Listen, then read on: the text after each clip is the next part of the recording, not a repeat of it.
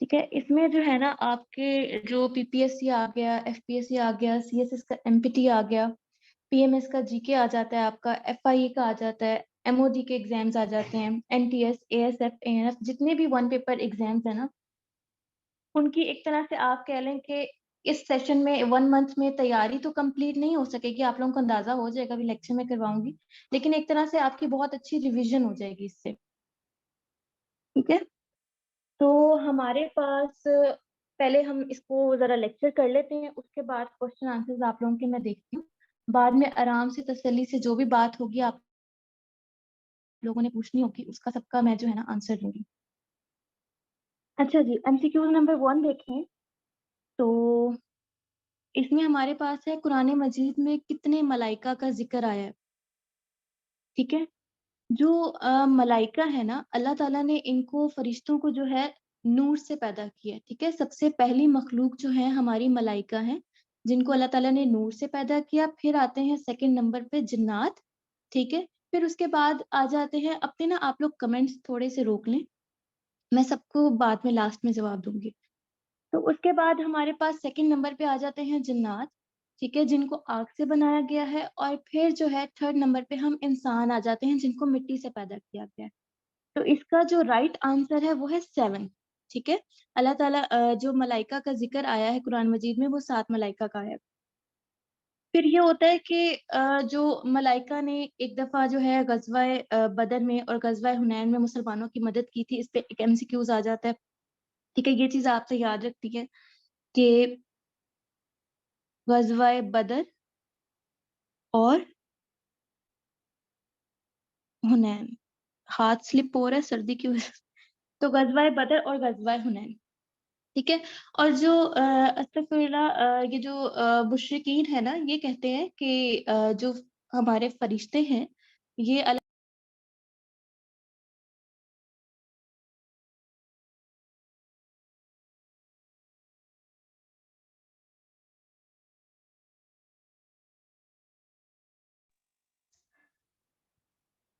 आवाज आ रही है सबको मेरी?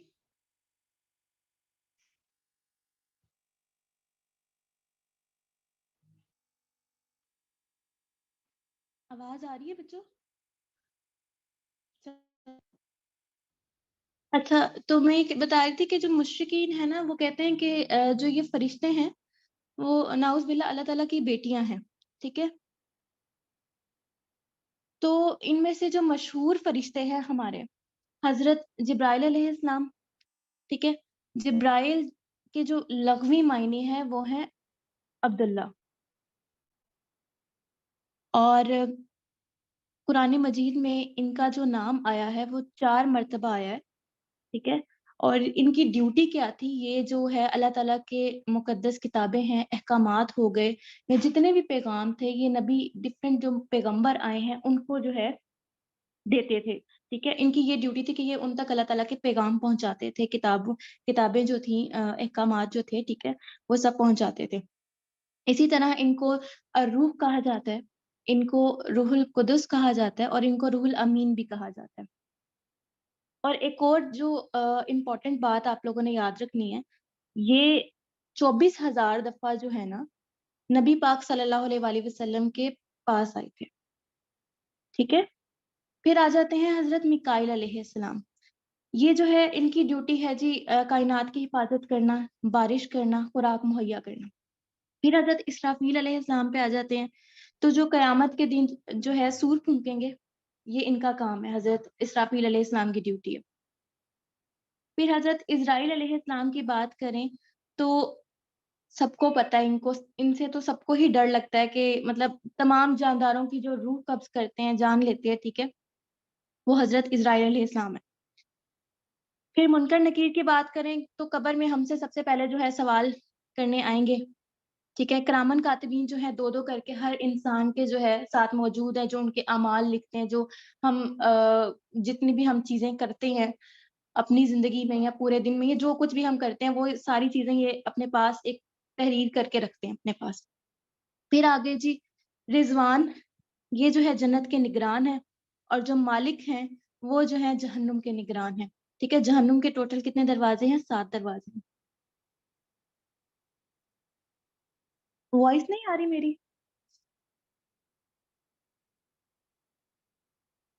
किसको इशू आ रहा है?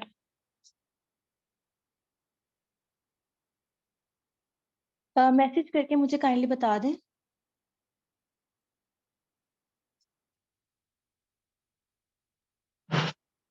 अच्छा अच्छा, ठीक है। अच्छा जी, अब अगर हम नेक्स्ट अपना एमसीक्यूज देखें तो वो 10 सहाबाए कराम जिनको नबी पाक सल्लल्लाहु अलैहि वसल्लम ने दुनिया में ही जन्नती होने की खुशखबरी से नवाजा था, वो क्या कहलाते हैं? अशराए रहमत कहलाते हैं, अशराए जन्नत कहलाते हैं, अशराए मुबशरा कहलाते हैं, या इनमें से कोई भी नहीं? वो कहलाते हैं अशराए मुबशरा। ठीक है। अशराए मुबशरा के जो अगर हम देखें लग़वी मायने जो है ना, 10 सरफराज हुए साथी। और अगर हम इनको अलग अलग देखें तो अशरा के मायने, अशरा अरबी जुबान में इसको 10 कहते हैं। ठीक है, 10 को अशरा कहते हैं। जैसे कि रमजान शरीफ में जो है 3 अशरे होते हैं, 10 दिन कंप्लीट होते हैं, तो हम कहते हैं कि एक अशरा कंप्लीट हो गया हमारा। ठीक है। और इस तरह मुबशरा को देखें तो मुबशरा वो उसको कहते हैं कि जिनको नबी पाक सल्लल्लाहु अलैहि वसल्लम ने जो है दुनिया में ही जन्नती होने की बिशारत दे दी। तो जितने भी ये सहाबाए कराम है ना, ये तमाम जो है जन्नती हैं। ठीक है। और इसकी हमें किसी से बहस करने की या दलील लेने की जरूरत नहीं। कुरान पाक में अल्लाह ताला ने खुद ही कह दिया कि रजी अल्लाह अन्हु व रज़वन, कि जी मैं इनसे राजी हूँ, ये मुझसे राजी हैं। ठीक है। अब इनके नाम देखें तो हजरत अबू बकर सिद्दीक आ गए, हजरत उमर फारूक आ गए। अ, इनके दौरे खिलाफत में जो है ना, मुसलमानों ने दो बड़ी जो है कुव्वतों को शिकस्त दी थी। उनमें से एक जो थे रूमी थे, एक ईरानी थे। ठीक है। हजरत उस्मान गनी जो है आप सल्लल्लाहु अलैहि वसल्लम की दोनों बेटियां जो हैं, इनके निकाह में है एक एक करके। ठीक है। एक के बाद फिर दूसरी। फिर हजरत अली को देखें तो इनका जो है अल्लाह ताला मतलब इनका जो क्या कहते हैं लकब जो इनको दिया गया, असदुल्ला का और बाबुल इस्लाम का।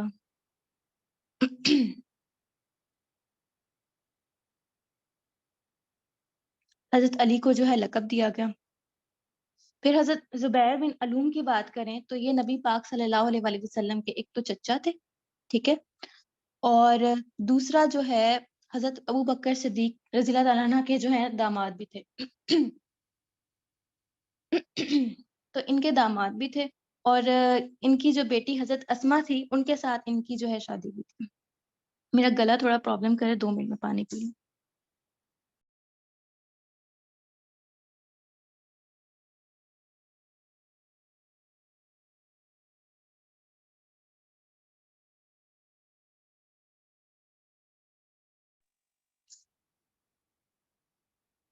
जी। अच्छा, हजरत जुबैर बिन अलूम को देखा हमने। हजरत तलहा जो है, हजरत तलहा की बात करें तो हजरत अबू बकर सिद्दीक के एक तो भतीजे हैं। ठीक है। और सेकंड जो है इन्होंने नबी पाक सल्लल्लाहु अलैहि वसल्लम की जान बचाई थी जंगे अहद में। ठीक है। हजरत अब्दुल रहमान बिन औफ। ठीक है। इनकी जो इन्होंने भी हजूर पाक सल्लल्लाहु अलैहि वसल्लम की जान बचाई थी गजवा अहद में। और अपने जिस्म पर 20 जख्म खाए थे इन्होंने। हजरत अबू उबैदा बिन जराह को देखें, इनको अमीनुल उम्मत का खिताब दिया गया। अमीनुल उम्मत का मतलब होता है जी कौम का वफादार। आवाज नहीं आ रही? किसको नहीं आ रही है?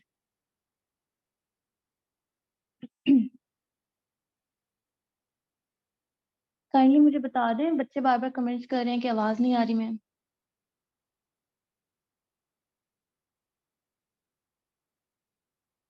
मुझे नहीं आ रही। आपको नहीं आ रही तो आप कैसे बता रहे हो? अच्छा। तो हजरत हमने किया हजरत अब्दुल रहमान बिन औफ को। ठीक है। हजरत अबू उबैदा थे। ठीक है। इसके बाद हजरत साद बिन अबी वकास, ये आप सल्लल्लाहु अलैहि वसल्लम के एक तो मामू। ठीक है। और सेकंड ये हजरत अबू बकर सिद्दीक के दौरे खिलाफत में जो है इनको ईरान का गवर्नर बनाया गया। और हजरत जब उस्मान गनी की शहादत हुई तो उसके बाद इनको जो है ना, कहते हैं ओहदा खिलाफत की जो है पेशकश की, तो इन्होंने जो है उसको रिजेक्ट कर दिया था। फिर हजरत सईद बिन जैद हैं, तो इन्होंने मार्के दमिश्क में हिस्सा लिया था। नेक्स्ट हम देखें तो हजरत अबू बकर सिद्दीक की खिलाफत की मुद्दत कितनी थी? इनकी जो खिलाफत की मुद्दत थी ना, वो 2 साल 3 माह और 10 दिन थी। और 10 साल 5 माह 4 दिन हजरत उमर फारूक की थी। और ये फारूक लक़ब जो है हुजूर पाक सल्लल्लाहु अलैहि वसल्लम ने इनको दिया था, ठीक है। और इन्होंने एक हज़रत आयशा रज़ियल्लाहु तआला से जो है दरख्वास्त भी की थी कि इनको जो है हुजूर पाक सल्लल्लाहु अलैहि वसल्लम के कदमों में जो है दफनाया जाए। फिर इसके बाद 12 साल जो है 12 साल 11 दिन हज़रत उस्मान गनी की, फिर 4 साल 9 माह जो है ये हज़रत अली रज़ियल्लाहु तआला अन्हु की, यहाँ पे, ठीक है। टोटल जो इसका इसकी मुद्दत थी ना खिलाफत राशिदा की, वो 29 ईयर्स 11 मंथ्स, मैं इस तरह से कर रही हूँ, और 24 डेज थी।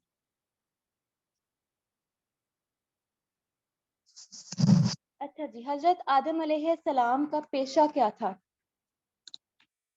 हजरत आदम अलैहिस्सलाम का पेशा बुनने का काम करते थे या खेती बाड़ी का काम करते थे या दोनों काम करते थे या कोई भी नहीं करते थे। हजरत आदम अलैहिस्सलाम ने जो है सबसे पहले जो बुनने का काम किया, ठीक है, और इनका खेती बाड़ी का काम भी इनसे ही स्टार्ट हुआ। तो ये दोनों ऑप्शंस, ऑप्शन नंबर सी जो है हमारा करेक्ट है। ठीक है, हजरत आदम अलैहिस्सलाम का जो लक़ब है वो है सफ़ीउल्लाह। सफ़ीउल्लाह इनका लक़ब है और इनकी जो कुनियत है ना वो अबुल बशर है, और क़यामत के दिन इनकी कुनियत होगी अबुल मोहम्मद, ठीक है, अबू मोहम्मद। ये डबल डबल कहाँ से आ रहा है? अच्छा, अबू मोहम्मद। फिर इसके बाद अगर हम बात करें तो हजरत आदम अलैहिस्सलाम का जो कद है वो है 90 फुट, ठीक है। इन्होंने जो है खाना काबा की तामीर जो है सबसे पहले स्टार्ट की। फिर उसके बाद इन पे जो है 10 सहीफे नाजिल हुए, इन पे 10 सहीफे नाजिल हुए, और इनका इंतकाल जो है जब इनकी एज 950 साल थी तब हुआ, और इनकी कब्र जो है वो है श्रीलंका में, और इसी तरह श्रीलंका में इनको उतारा गया था कोहे आदम पे।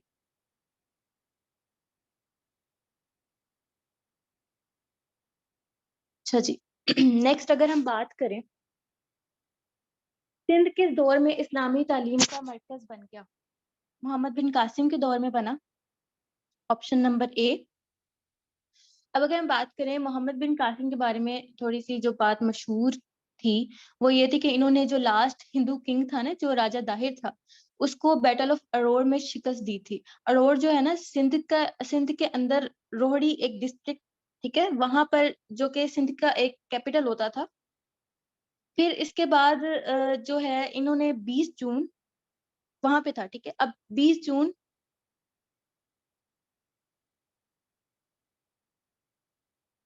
712 को मोहम्मद बिन कासिम और जो राजा दाहिर हैं उन दोनों की जो क्या कहते हैं फौजें हैं, उनका आमना सामना हुआ, ठीक है। फिर जंग हुई, जाहिर सी बात है, उनके पास बहुत ही ज्यादा जो है साजो सामान था, जंगी आलात थे, बहुत कुछ था। लेकिन क्या थी, एक मैनेजमेंट नहीं थी। राजा दाहिर की बात कर रही हूँ, ठीक है। एक उसको मैनेजमेंट नहीं करनी आई, चीजों को संभालना नहीं आया, किस तरह से उसने ऑर्डर्स करने, उसको वो चीज नहीं करनी आई। तो वहां पे जो है उसको शिकस्त थी और वो मारा गया। फिर इसी तरह मोहम्मद बिन कासिम ने 714 में जो है मुल्तान भी फतह किया, ठीक है। और ये हजाज बिन यूसुफ इनके चचा थे और ससुर थे। ये फेमस, ये बहुत मशहूर चीजें हैं, सबको पता होंगी। और इनकी वफात मोहम्मद बिन कासिम की 18 जुलाई 715 में हुई, ठीक है। मूसल में हुई थी, जो इराक का हिस्सा है, वहां पे। अच्छा, अदब को अमूमन अमूमन कितने हिस्सों में तकसीम किया जाता है? अदब जो है ना, देखें, उर्दू अदब की अगर हम बात करें, उर्दू अदब की बात हो रही है। उर्दू अदब को जो है ना दो हिस्सों में तकसीम किया जाता है। नंबर वन आ गई आपकी नज्म, और फिर आ गई आपकी नसर, ठीक है। दो हिस्सों में इनको इसको तकसीम किया जाता है। अब अगर हम नज्म की बात करें, नज्म की बात करें तो देखें, जिसमें बड़े कोई कह लो कि हर चीज का ख्याल रखा जाता है, बड़े ही कोई सीक्वेंस के साथ बात की जाती है, ज़ाब्तों का ख्याल रखा जाता है, जिसमें रदीफ, काफिया ये सब चीजें मौजूद होती हैं, उसको हम नज़म कहते हैं, ठीक है, जिसमें ये सब चीजें मौजूद हैं। और जिस इसका ऑपोजिट जो है ना, जिसमें ये सब चीजें नहीं मौजूद, उसको हम नसर कहते हैं। कि मतलब सीधी सीधी बात कर दी। नज़म आपने देखा होगा एक पोइट्री की सूरत में होती है, बड़े ही कोई उन्होंने तरीके से वो एक सीक्वेंस बना बना के उसमें बात की होती है, पोइट्री की होती है। और नसर में हम जो है ना बड़े इजीली कोई भी, जैसे अभी हम बातचीत हो रही है इस तरह से, इसको नसर कहते हैं। तो अच्छा, तो उर्दू अदब में जो है ना, इसको दो हिस्सों में तकसीम किया जाता है। फिर मौजू के एतबार से नसर की कितनी बुनियादी शाखें हैं? अगर हम देखें, पहले हम नसर को देखें, तो नसर जो है ना अरबी जुबान का लफ्ज है, इसके मायने होते हैं बिखरा हुआ। वही मैंने आपको कहा ना, कुछ भी सीक्वेंस से नहीं होगा, नज़म का उल्ट है ये। तो ये सब कुछ बिखरा हुआ होगा इसमें, ठीक है। और इसको जो है दो हिस्सों में तकसीम किया जाता है नसर को, ठीक है। एक होती है अफसानवी अदब, और सेकंड है गैर अफसानवी अदब। अब अफसानवी अदब में हमारे पास आ जाती है दास्तान, नॉवल, अफसाना, ड्रामा। और गैर अफसानी में हमारे पास आ जाती है सवाख उमरी। सवाख उमरी कहते हैं जी बायोग्राफी को, जैसे कि किसी शख्स की जिंदगी का हाल अहवाल बताया गया हो, ठीक, किसी शख्स के बारे में हो। और आप बीती सेकंड इसमें आ जाता है। इसकी गैर अफसानवी की दो किस्में हैं, ठीक है। आप बीती से आप समझ रहे होंगे जो इंसान की अपनी जिंदगी के हालात और वाकयात होते हैं, जो उसके ऊपर खुद बीती हो, जो उसने खुद से बयान की हो। अच्छा जी, यहाँ तक समझ आ रहा है?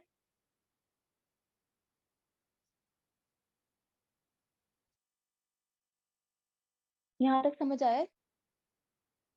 कोई प्रॉब्लम किसी को?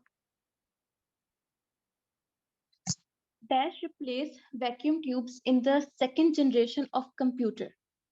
अब वैक्यूम ट्यूब्स जो थे ना, आपके फर्स्ट जनरेशन जो आपका था ना कंप्यूटर, जो हमें, हम कभी लैपटॉप आप लोगों ने खरीदा होगा, या आप लोगों ने, ये क्या हुआ, कंप्यूटर खरीदा होगा, तो आप लोग कहते होंगे शॉप वाले को कि हमें जो है ना लेटेस्ट जनरेशन का चाहिए, ठीक है। वो फर्स्ट जनरेशन है, सेकंड है, थर्ड है, फोर्थ है, फिफ्थ है, ठीक है, ये सारी जनरेशन है, वो हम कहते हैं। तो वो ये जो वैक्यूम ट्यूब है ना, ये आपकी जो है फर्स्ट जनरेशन में जो है यूज होती थी, ठीक है। डैश ने रिप्लेस कर दिया वैक्यूम ट्यूब को, वो थी ट्रांजिस्टर्स, जो कि हमारे सेकंड जनरेशन में यूज हुई, कंप्यूटर में यूज हुई। वैक्यूम ट्यूब के साथ जो कंप्यूटर हमारे थे ना फर्स्ट जनरेशन वाले, वो इतने बड़े बड़े होते थे कि वो पूरा आपके कमरे में पूरे आते हैं। और जो ट्रांजिस्टर्स के साथ फिर सेकंड जनरेशन ने रिप्लेस कर दिया वैक्यूम ट्यूब्स को, फिर उसके बाद जो है इंटीग्रेटेड सर्किट्स ने रिप्लेस किया, ठीक है। फिर थर्ड जनरेशन में हमारे पास आए इंटीग्रेटेड सर्किट्स, और फोर्थ जनरेशन में हमारे पास आ गए माइक्रो प्रोसेसर्स, और फिफ्थ जनरेशन में हमारे पास आ गए आर्टिफिशियल इंटेलिजेंस, ठीक है। ये चीजें आप लोगों ने याद करनी है। यहाँ पे फर्स्ट में हमारे पास वैक्यूम ट्यूब्स, सेकंड में ट्रांजिस्टर्स थे, थर्ड में इंटीग्रेटेड सर्किट्स थे, फोर्थ में माइक्रो प्रोसेसर्स, और फिफ्थ में जो है आर्टिफिशियल इंटेलिजेंस। पानी पी लो। अच्छा, ज्यादा जल्दी कर रही हूँ मैं?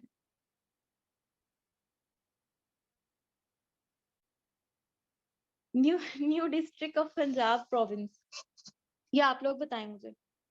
चले मैं ब्रेक ले लेती हूँ, आप लोग बताएं मुझे।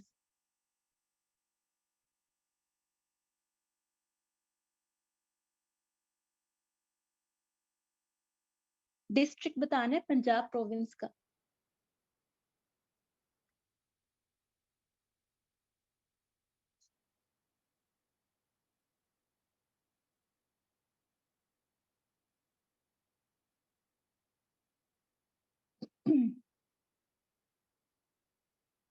नहीं, मैंने टोटल नंबर्स नहीं पूछे।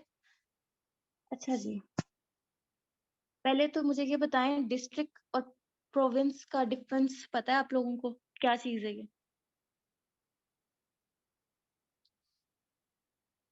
ये देखें, प्रोविंस जो है ना, प्रोविंसेस, ये हमारे सूबे हैं, ठीक है, 4 सूबे हैं हमारे। उसके बाद जो है इनको डिविजन्स में जो है डिवाइड किया गया। डिविजन्स कुछ बड़े, जैसे कि 4 या 5 डिस्ट्रिक्ट्स पर मबनी होते हैं। उसके बाद डिस्ट्रिक्ट्स आए ना, तो डिस्ट्रिक्ट्स पे 4 या 5 जो है अमूमन उसमें होते हैं मबनी।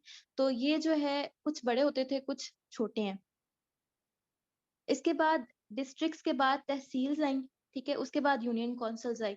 तो ये जो डिविजन्स है ना, इनका जो सरबराह होता है उसको हम कमिश्नर कहते हैं। नहीं नहीं, ये नहीं है। इसके जो सरबराह है उसको हम कमिश्नर कहते हैं। फिर डिस्ट्रिक्ट के जो सरबराह है उसको हम डिप्टी कमिश्नर कहते हैं। फिर तहसील्स का जो आ जाता है उसको हम असिस्टेंट। तो इसी तरह जो है ना, ये जो है इसका न्यू जो डिस्ट्रिक्ट बना है ये है जामपुर। जामपुर पहले थी तहसील, ठीक है। ये तहसील किसकी थी? ये राजनपुर की तहसील थी। ये राजनपुर की तहसील थी एक, जिसको जो है, जिसको ये तहसील थी ना, जामपुर। कहाँ गया?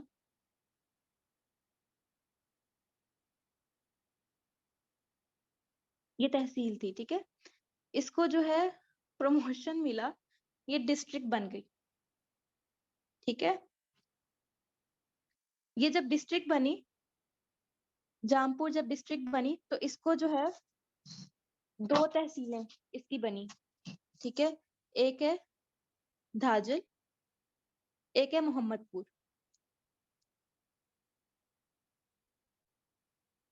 ठीक है। ये इसका ऑप्शन बी जो है राइट आंसर है। ये क्यों नहीं हो रहा?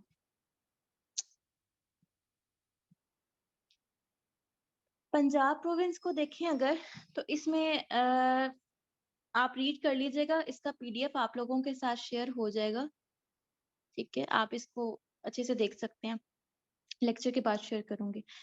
इसके जो है 42 डिस्ट्रिक्ट्स हैं।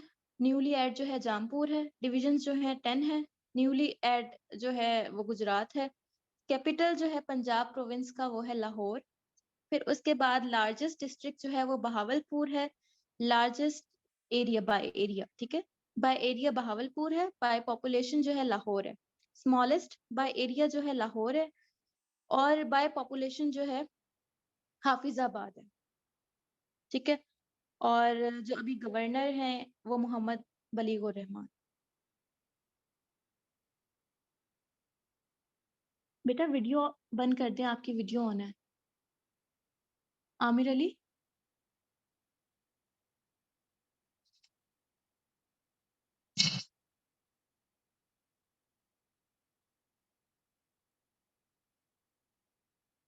बेटा नीचे से बंद होगी, नीचे देखिए माइक के साथ ऑप्शन होगा आपका।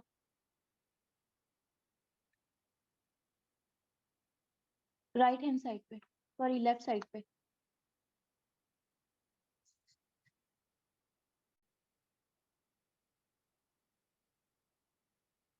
अच्छा जी, इनकी वीडियो नहीं बंद हुई। अ,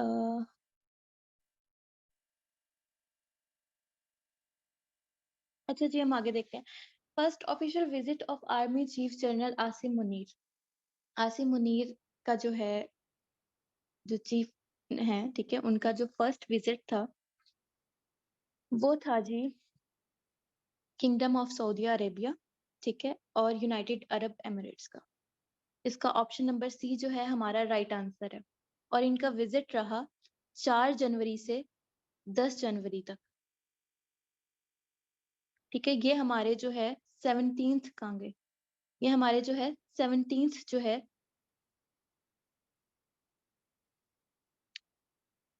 चीफ ऑफ आर्मी है, ठीक है। और इनको अपॉइंट किया गया था 29 नवंबर 2022 में।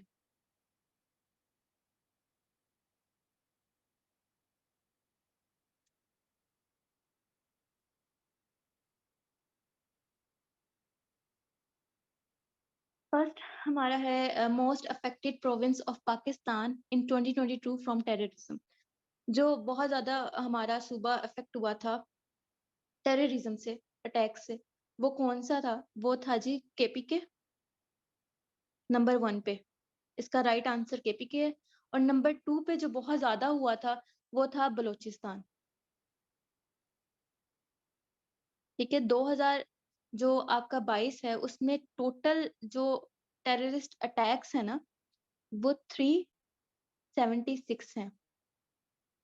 और 2021 जो हमारा ईयर था, अगर हम उसके मुकाबले देखें ना तो जो 2022 में अटैक्स हुए वो 28% हमारे ज्यादा हुए, 2022 में बढ़ गए बजाय इसके कि कम हो।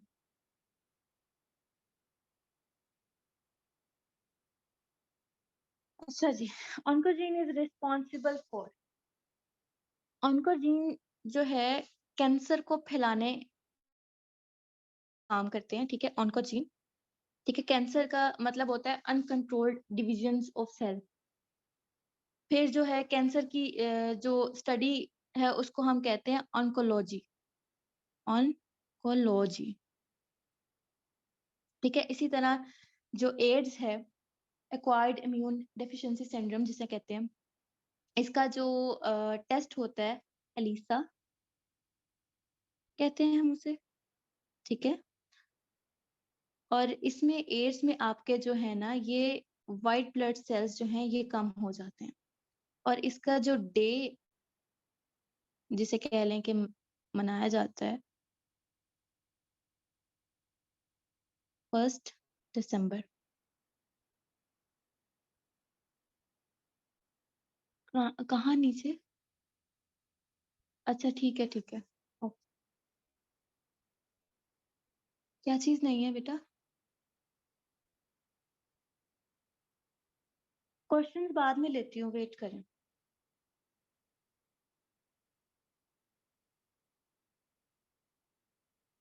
अच्छा अभी ये रहता है। तो एड्स का बता दिया मैंने आपको। टाइफाइड जो है, टाइफाइड जो है किस वजह से होता है? एक बैक्टीरिया होता है, बहुत ही खतरनाक बैक्टीरिया है, सैल्मोनेला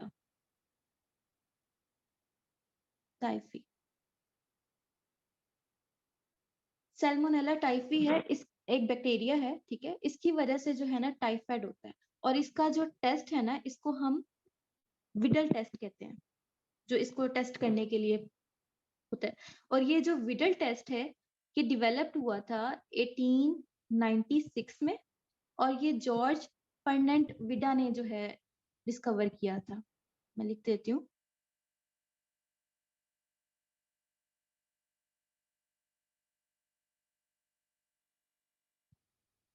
इन्होंने डिस्कवर किया था ये टेस्ट। अच्छा जी, a bag of bones, idiom आ गया हमारे पास। बैग ऑफ बोन्स किसे कहते हैं? An extremely thin person, a bad person, an extremely healthy person. Bag of bones है, देखें, हड्डियों का ढांचा, ठीक है, एन एक्सट्रीमली थिन पर्सन।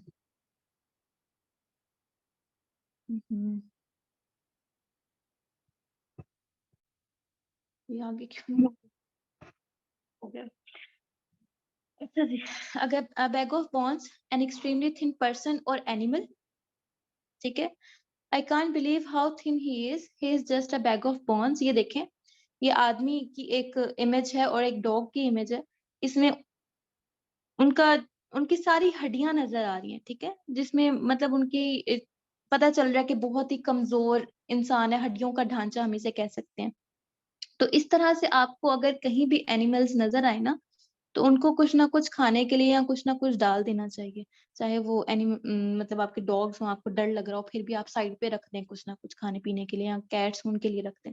ठीक है, इंसानों को ये जो आप मार्केट्स में जाते हैं और आपने देखा होगा कि बहुत सारे फकीर लाइन में आ जाते हैं, बार बार आपकी गाड़ी पे कर रहे होते हैं कि जी खोलें दें, उनको देने से बहुत गुना बेहतर है कि आप जो है इस तरह से जो है जानवरों को कुछ ना कुछ खिला दें। ठीक है, वो बहुत बेहतर है। फिर जो है ना a bed of roses, next हमारा आइडिया में, an easy life, comfortable situation, both A and B, none of this. इसका आंसर है सी। ठीक है, अ बेड ऑफ रोजेस बहुत ही मतलब आप फूलों का बिस्तर, इससे समझ आ रहा है आपको, सिंपल सा है, ठीक है, बहुत ही कंफर्टेबल लाइफ, बहुत ही मजे की लाइफ, लेकिन इसको अमूमन जो है नेगेटिव सेंस में ही यूज किया जाता है। ठीक है, comfortable life, we have to realise that life is not a bed of roses, अमूमन नॉट के साथ इसको यूज किया जाता है। हमें समझना पड़ेगा कि ये जो ज़िंदगी है ना, ये फूलों का बिस्तर नहीं है, हमें बनी-बनाई नहीं मिल जाएगी। हम अगर बैठे हैं, आराम कर रहे हैं, तो हम सिर्फ़ आराम करते-करते इसको गुज़ार देंगे, तो ये ऐसे नहीं गुज़रेगी, ठीक है? गुज़र जाएगी, लेकिन फिर आपके पास कुछ नहीं रहेगा हाथ में बैठे-बैठे, ना आप कुछ बन सकते हो। तो अच्छा जी, a bed of thorns, an easy life, difficult life, disgusting none of these. ठीक है? इसमें होगा difficult life, difficult thing, this project is a bed of thorns now. मतलब ये जो प्रोजेक्ट है ना, ये बहुत ही मुश्किल चीज़ होता जा मुश्किल चीज़ है। ये साथ-साथ इमेजेज़ आप लोगों को समझ आए। ये बिल्कुल जो है अभी आप कह लें कि अ, जिस तरह से लेक्चर्स आप लोगों को देने हैं, उसका आप कह लें कि 50% है। ये कह सकते हैं क्योंकि अभी इसमें बहुत चीज़ें कम हैं। आपके 3 इडियम्स ऐड है ना आज के लेक्चर में, तो आपके जो है ये 10 इडियम्स डेली हुआ करेंगे, ठीक है? इसमें आपके वन वर्ड सब्स्टिट्यूशंस भी ऐड होंगे, इसमें आपकी वोकैब भी ऐड होगी, इसमें बाकी चीज़ें भी ऐड होंगी। और जैसे आपकी जैसे इस्लामिक स्टडीज़ हो गया और आपका जो पाकिस्तान अफेयर्स हो गया, इस तरह से आपके सब्जेक्ट्स हैं ना, इनको मैं कोशिश करूँगी कि टॉपिक वाइज़ जो है हम सब्जेक्ट वाइज़ ही कवर करें, एमसीक्यूज़ के थ्रू। तो डेली जो है आप लोगों का इसमें क्लास आप लोगों की 8 बजे होगी डेली। ठीक है? हफ्ते में 5 दिन आप लोगों की क्लास होगी, जुम्मे तक, मंडे से फ्राइडे तक। और रिकॉर्डिंग आप लोगों को मिला करेगी इसकी, बिल्कुल मिलेगी। तो इसके बाद जो है आप लोगों का ये होगा इसमें अ, डेली आपका लेक्चर होगा। उसके अलावा डेली आपको जो है इसकी ये स्लाइड्स मिलेंगी, ठीक है? और इसका टेस्ट भी होगा आप लोगों का, डेली होगा टेस्ट आपका। जैसे आज आपका लेक्चर हुआ है ना, तो लेक्चर आप लोगों का 8 बजे हुआ है, तो आप लोगों को जो इसकी स्लाइड्स है ना, वो लेक्चर के फ़ौरन बाद मिल जाएँगी। आप लोगों ने उनको प्रिपेयर करना है, आपकी रिकॉर्डिंग भी अपलोड हो जाएगी। उसके बाद आपका नेक्स्ट डे जो है लेक्चर से 1 घंटा पहले टेस्ट हुआ करेगा। डेली का काम होगा आप लोगों का। तो वो जो बच्चे टेस्ट अटेम्प्ट करेंगे ना फिर उनको जो है 1 घंटे का लेक्चर हुआ करेगा। बेटा लेक्चर डिपेंड करता है कितना लेंथी है, सही होगा।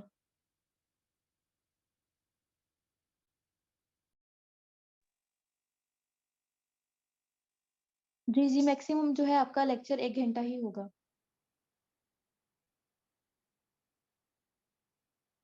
मैं इसका ऐड आप लोगों के साथ शेयर कर देती हूँ।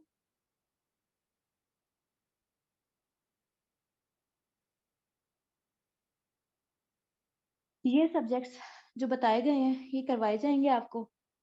जो टॉपिक्स बताए गए हैं, वो टॉपिक्स करवाए जाएँगे, उनसे मज़ीद टॉपिक्स भी हो सकते हैं।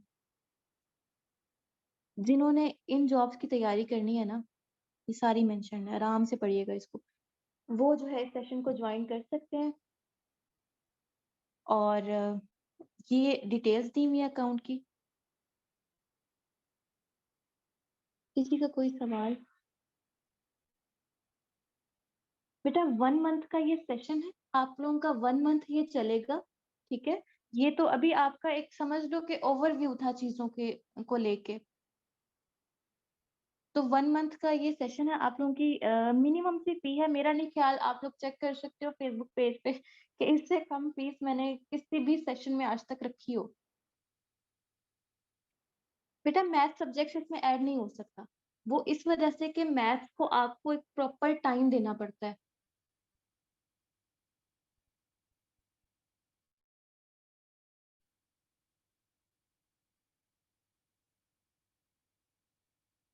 मैथ्स अगर आप कहते हो ना तो मैं थोड़ी-सी ट्रिक्स जो है आप लोगों के साथ शेयर करूँगी फिर।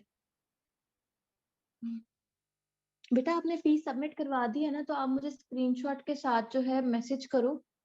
मैं आपको ऐड कर देती हूँ ग्रुप में। शफ़क़त तारिक।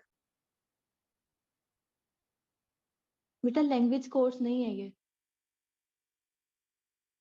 मैं कह रही हूँ कि आपको डेली लेक्चर की रिकॉर्डिंग मिलेगी। आप लोगों ने उस चीज़ की टेंशन नहीं लेनी।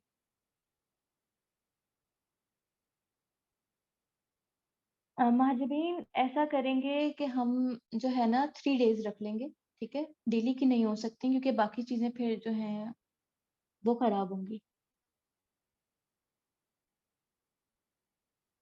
शफ़क़, सॉरी। शफ़क़ आप जो है ना मुझे टेक्स्ट कर दो एक दफ़ा। बेसिक मैथ, जी, जी। बेटा इंग्लिश में जो आपकी इम्पोर्टेंट चीज़ें हैं ना, आपकी वोकैब हो गई, जो कि आपके एग्ज़ाम में आती है, और जो आपके इडियम्स हो गए, आपके वन वर्ड सब्स्टिट्यूशंस हो गए, ये चीज़ें करवाऊँगी इसमें। ये तो आज से बिल्कुल आपका ओवरव्यू था, एक छोटा-सा डेमो था। जी, जी बेटा एमसीक्यूज़ का सेशन है।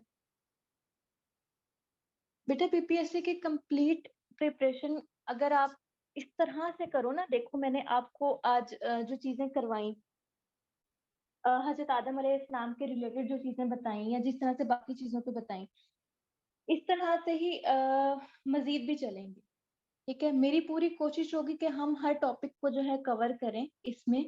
अगर इन केस नहीं हो पाता ना, तो हम इसको नेक्स्ट मंथ भी लेके जाएँगे। मतलब कि हम इसको नेक्स्ट मंथ का अलग से सेशन जो है वो स्टार्ट कर लेंगे, जो चीज़ें हमारी रह जाएँगी, फिर हम उनको तब कर लेंगे। लेकिन मैंने जिस तरह से इसको अभी किया है ना, उसमें आपकी जो टू द पॉइंट जो चीज़ें आनी है ना, वो इसमें हो जाएँगी कवर। जी, होगी, खिज़र।